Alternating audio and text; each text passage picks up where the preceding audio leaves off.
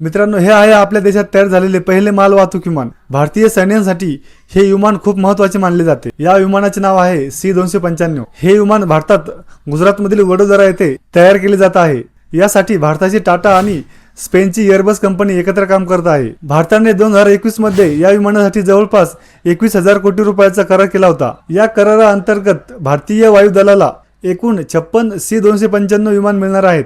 हे एक लष्करी मालवाहतूक विमान आहे। यात एकाच वेळी जवळपास 70 सैनिक किंवा 9 टन सामान वाहून नेता येते। या विमानाची सर्वात मोठी खासियत म्हणजे ते लहान आणि खराब धावपट्टीवरही सहज उतरू शकते। त्यामुळे लडाख आणि अरुणाचल प्रदेश आणि इतर दुर्गम सीमावर्ती भागामध्ये सैनिक, अन्न, औषधे आणि लष्करी सामान पोहोचवण्यासाठी खूप महत्त्वाचे ठरणार आहे। याचा ताशी वेग 480 किलोमीटर आहे। हे विमान फक्त युद्धासाठीच नाही तर भूकंप, पूर आणि इतर नैसर्गिक संकटामध्येही वापरले जाऊ शकते। भारतीय वायुदल गेली 40 वर्षापासून AN-32 हे मालवाहक विमान वापरत आहे। आता ही जुनी विमाने टप्प्याटप्प्याने बाहेर काढून त्याची जागा आता C-295 घेणार आहे। आणि अशाच नवनवीन माहितीसाठी माइंड मराठीला फॉलो करा।